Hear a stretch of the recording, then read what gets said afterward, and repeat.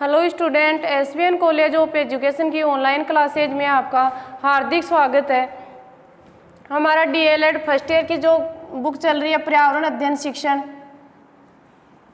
तो उसमें हमारा विषय जो पर्यावरण अध्ययन शिक्षण है उसके आज हम इकाई दूसरी का अध्ययन करेंगे, पर्यावरण अध्ययन के विषय वस्तु और शिक्षण विधियाँ। अब पर्यावरण अध्ययन की विषय वस्तु में क्या जाएंगे, जो हमारा परिवार है, समाज है, अनेक प्रकार के जो वातावरण में, जो प्रकृति में जो प्राकृतिक वनस्पति है, जैव विविधता है, सहानुभूति है, ये आंकड़े एकत्रित करना, चंद्रमा, सूर्य, जो हमारे भौतिक और सामाजिक पर्यावरण के अंतर्गत जो जो चीज़ें आती हैं वो क्या हो गया हमारा पर्यावरण की विषय वस्तु।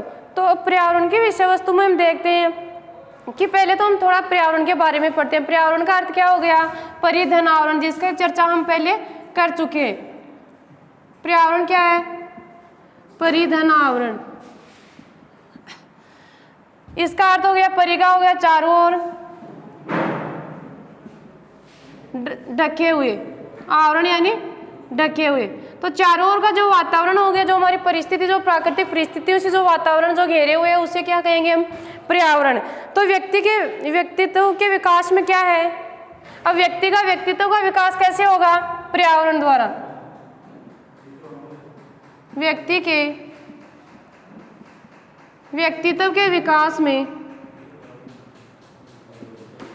महत्वपूर्ण भूमिका किसकी है, पर्यावरण की। सबसे मुख्य कारक कौन सा है, पर्यावरण। तो पर्यावरण क्या कर रहा है, व्यक्ति को प्रभावित कर रहा है। तो वातावरण क्या होते हैं, जैसे हमने चर्चा की थी, वातावरण दो प्रकार का होता है, एक भौगोलिक वातावरण, दूसरा सामाजिक वातावरण। तो भौगोलिक वातावरण के अंतर्गत जो हमारे प्राकृतिक जो चीज़ें हैं वो आ जाएंगे, जैसे स्थिति, स्थलाकृति, जलवायु, मिट्टी, खनिज, वनस्पति आदि क्या आ जाएंगे हमारे भौतिक वातावरण के अंतर्गत। दूसरा देखते हैं हम सामाजिक वातावरण, भौतिक वातावरण। दूसरा है सामाजिक वातावरण। सामाजिक वातावरण है हमारा जो परिवार, जो धर्म, रीति रिवाज, परंपरा, भाषा, शिष्टाचार आदि क्या हो गए हमारे जो सामाजिक पर्यावरण के अंतर्गत आते हैं। तो प्रकृति और क्या कर रहा है, व्यक्तित्व के विकास पर क्या कर रहा है, प्रभावित कर रहा है। तो पर्यावरण के अंतर्गत हम देखते हैं, जैसे सामाजिक में आ गए, मानव समुदाय में जो रीति रिवाज, परंपराएं आदि हैं वो आ गई। अब इनके पर्यावरण की परिभाषा देखते हैं। जो पर्यावरण के विषय वस्तु के अंतर्गत लोक ने क्या कहा है, लोक ने वातावरण को क्या माना है, सर्वोपरि। लोक के अनुसार वातावरण का स्थान क्या है, सर्वोपरि।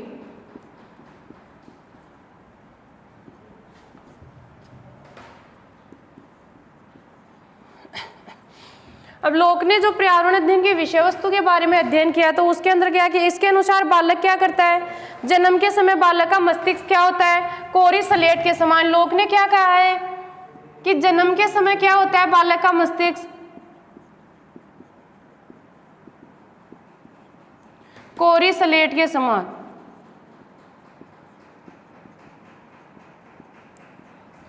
अब जन्म के समय बालक का विकास कोरी स्लेट के समान होता है, तो उसके अंदर आगे क्या है कि वह वातावरण के संपर्क में आने से क्या होता है, मस्तिष्क रूपी स्लेट का क्या होता है, ज्ञान प्राप्त होना प्रारंभ हो जाता है। कोरी स्लेट का क्या होता है,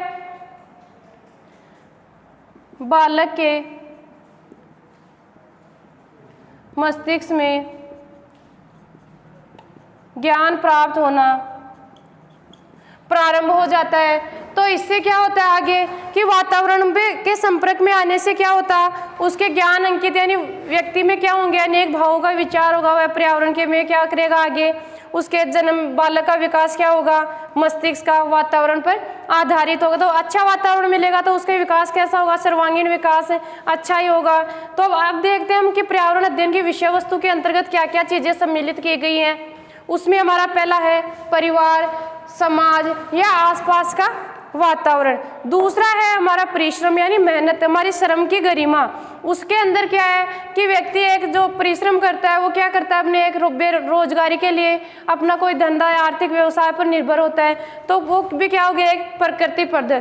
तीसरा हमारा जैव विविधता, सांस्कृतिक विविधता, हमारे अनेक प्रकार के जो भौगोलिक कारक हैं जैसे सूर्य, चंद्रमा, उपग्रह और भोजन, खनिज, लवण आदि क्या है, पर्यावरण के अंतर्गत ही पाए जाते हैं। तो अब देखते हैं कि वाटसन ने क्या कहा था इसके बारे में कि आप मुझे कोई भी बालक दे दो। वाटसन ने एक परिभाषा दी है पर्यावरण अध्ययन की विषय वस्तु के अंतर्गत ही। वाटसन ने क्या कहा कि आप मुझे कोई भी बालक दे दो,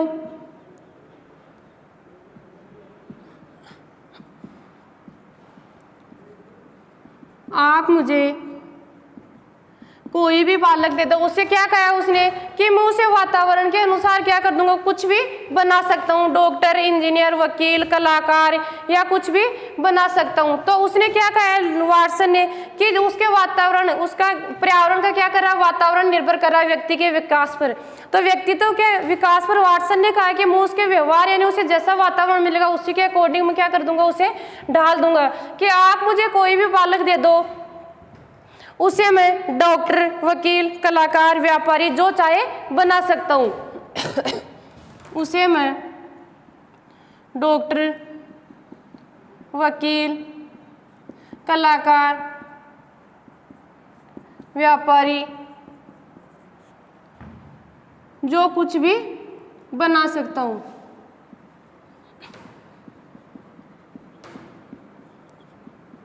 तो इसके अनुसार, वाटसन के अनुसार क्या हो गया, उसके वातावरण पर निर्भर, व्यक्ति के व्यक्तित्व का विकास किस पर निर्भर हो गया, वातावरण पर।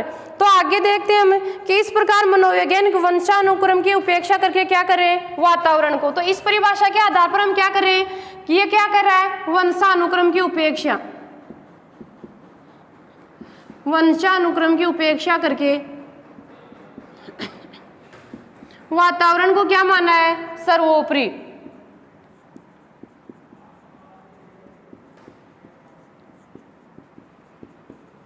वातावरण को क्या माना है, सर्वोपरि। जब वाटसन ऐसे कह रहा है कि जैसे व्यक्ति को वातावरण मिलेगा उसके व्यवहार पर निर्भर करता है, तो उसमें क्या हो गया, उसके वंशानुक्रम के लक्षण नहीं कि उसकी रुचि के अनुसार कोई क्षेत्र नहीं है। क्या कह रहा है वाटसन कि उसको जो वातावरण मिलेगा वैसा पर्यावरण मिलेगा, उसी के अनुसार क्या करेगा, बच्चा ढल जाएगा। तो अगली हम देखते हैं कि इस प्रकार वातावरण पर किस किस का प्रभाव है ज्यादा, परिवार, मित्र, समाज और आसपास होने वाली घटनाओं का। तो पर्यावरण पर किसका प्रभाव पड़ रहा है, परिवार, वातावरण, मित्र, समाज में होने वाली घटनाओं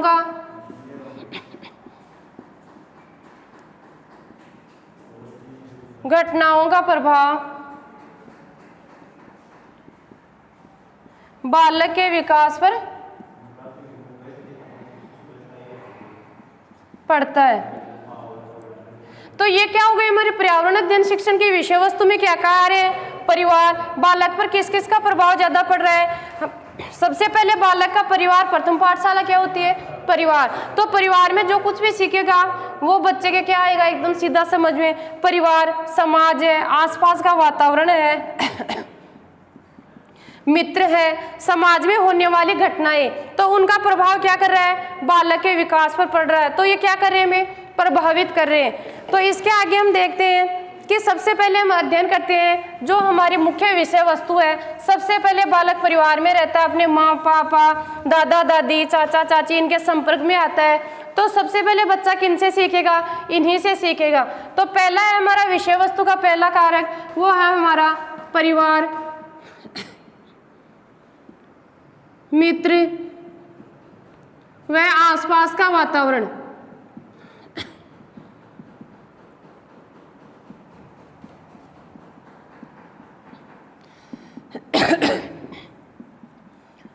सबसे पहले जो प्रभावित कर रहा है बालक के विकास को वो कौन कौन से कारक आगे, परिवार, मित्र और आसपास के वातावरण।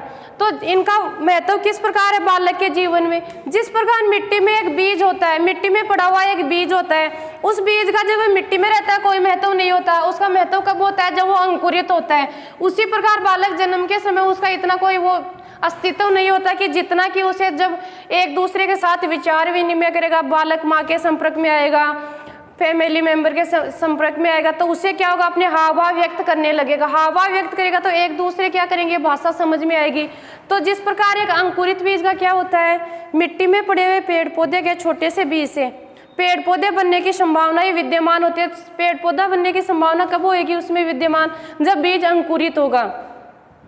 तो बीज का मूर्त रूप तभी ग्रहण करता है जब बीज को अंकुरित होकर विकसित होने का अनुकूल पर्यावरण। उस बीज को क्या मिल रहा है, बीज अंकुरित ऐसे होने के, हम सर्दियों में जो बीज बोते हैं वो गर्मियों में हो जाएंगे या गर्मियों वाले सर्दियों में, तो उसके अनुसार उसे क्या चाहिए, अनुकूल वातावरण। तो जिस प्रकार बीज को एक मूर्त रूप लेने के लिए क्या करना चाहिए, बीज को पेड़ पौधा बनने के लिए क्या चाहिए, अनुकूल वातावरण। उसी प्रकार बालक को भी क्या होना चाहिए, जन्म के समय तो क्या होता है, बालक कुछ विशिष्ट संभावना, यानी वो एक भगवान का रूप होता है तो उसे इतना एक उसमें जन्मजात कुछ लक्षण पाए जाते हैं। बाकी वो धीरे धीरे बाद में जब माँ के संपर्क में आएगा, परिवार के संपर्क में आएगा तो उसे को क्या मिलेगा, कुछ नया सीखने को मिलेगा।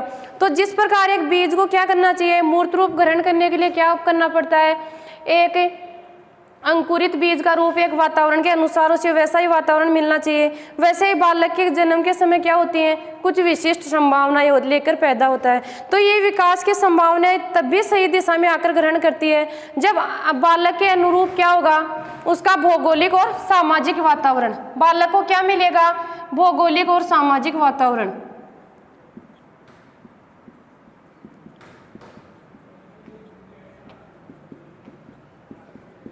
अब इसमें क्या कहा है कि जिस प्रकार एक बीज होता है तो बीज को क्या चाहिए, एक मूर्त रूप ग्रहण करने के लिए क्या करना चाहिए, उसे अनुकूल वातावरण। उसी प्रकार बच्चे के विकास के लिए क्या करना चाहिए, बच्चे को उसके अनुकूल क्या करना चाहिए, भौगोलिक और सामाजिक वातावरण मिलना चाहिए। तो बालक के अनुकूल सामाजिक वातावरण उपलब्ध होता है तो उसमें क्या मिलती है, बच्चे को सही दिशा, एक सही आकार मिलता है, वह समाज में रहना सीखता है, एक दूसरे के साथ बोलना, सहयोग की भावना, सद्भावनापूर्ण उसमें नैतिकता आती है। तो आगे देखते हैं प्रकृतिवादी दार्शनिक रूसो क्या कहता है, परिवार मित्र समाज के बारे में रूसो के क्या विचार है। रूसो कहता है कि बालक के संतुलित व समस्त विकास के लिए उसे प्राकृतिक पर्यावरण, बालक के रूसो के अनुसार बालक के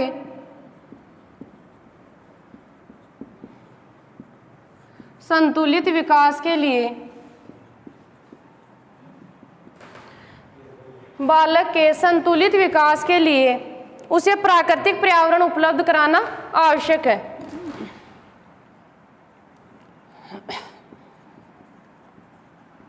उसे प्राकृतिक पर्यावरण उपलब्ध कराना आवश्यक है।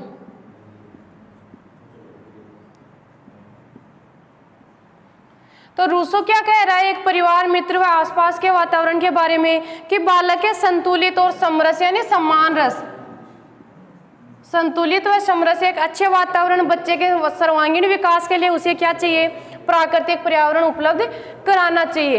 अब आगे देखते हैं हम कि जॉन डीवी क्या कहता है कि बालक के लिए क्या है, सामाजिक पर्यावरण की भूमिका क्या है, अत्यंत आवश्यक है। कि जिस प्रकार समाज के साथ क्या करता है बालक, अंतःक्रिया, तो अंतःक्रिया करता है तो उसके अंदर क्या होते हैं, जो सामाजिक प्रभावों को ग्रहण करता है। जैसे सामाजिक प्रभाव में उसके वेशभूषा, रहन सहन, खान पान आदि आ गए, तो उनसे क्या करता है, रीति रिवाज, मूल्य, मान्यताएं, आस्था, विश्वास आदि क्या कर रहे हैं, उसके व्यक्तित्व और व्यवहार में क्या कर रहे हैं, परिवर्तन कर रहे हैं, उसे कुछ अलग उसका व्यवहारगत परिवर्तन कर रहे हैं। तो जॉन डीवी क्या कहता है,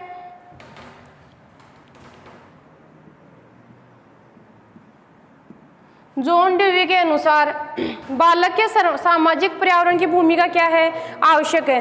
कि जिस प्रकार बालक क्या करता है, समाज में अंतःक्रिया करता है, समाज के संपर्क में आता है, तो समाज के संपर्क में आकर क्या करेगा, समाज में जो वेशभूषा है, खान पान है, रहन सहन है, जो एक अनेक सांस्कृतिक गतिविधियां हैं, हमारी रीति रिवाज, परंपराएं, आस्था, विश्वास आदि जो चीजें उनके संपर्क में आएगा तो बच्चे का क्या होगा, बच्चे उसमें व्यवहारगत परिवर्तन होगा, उसका सामाजिक और व्यक्तित्व व व्यवहार क्या होगा, प्रभावित होता है। तो उसके अंतर्गत क्या आएंगे, उनको देख के अनेक प्रकार के परिवर्तन आएंगे। अब देखते हैं हमारा घर का पर्यावरण कैसा होना चाहिए, घर का कैसा होना चाहिए, समाज का कैसा होना चाहिए और विद्यालय का वातावरण कैसा होना चाहिए। तो परिवार के संस्कार पूर्ण पर्यावरण के लिए क्या क्या है? परिवार में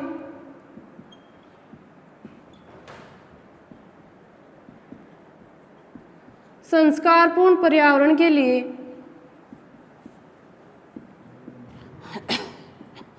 निम्न प्रयास किए हैं। हम निम्न प्रयासों में देखते हैं हम कि घर का वातावरण कैसा होना चाहिए। पहला है घर का भौतिक पर्यावरण।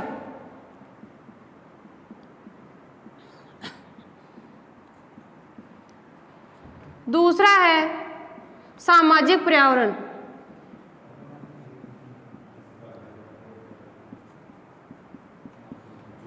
दूसरा है सामाजिक पर्यावरण और तीसरा है विद्यालय का पर्यावरण। तो इनमें हमें कौन कौन सी चीजों पर ध्यान करना चाहिए?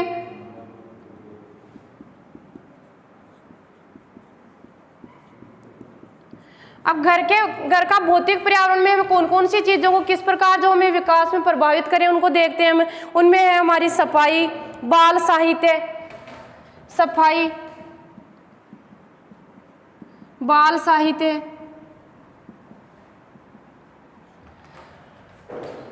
अगला है टीवी का असंयमित प्रयोग,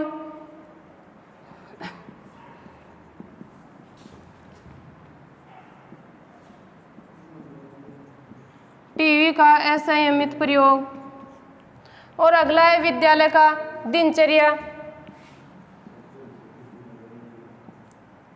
अब देखते हैं कि पर्यावरण बालक का सामाजिक पर्यावरण कैसा होना चाहिए। प्रेम और वात्सल्य पूर्ण,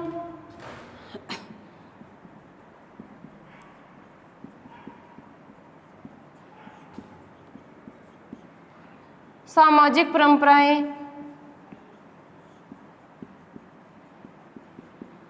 और विद्यालय के पर्यावरण के अंतर्गत विद्यालय के पर्यावरण में भवन, पेयजल, बागवानी, खेल का मैदान, कोलाहल रहित स्थान।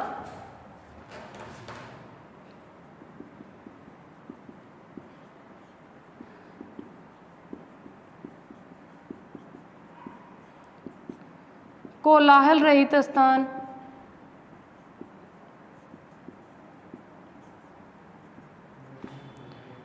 कोलाहल रहित स्थान, भवन, पेयजल,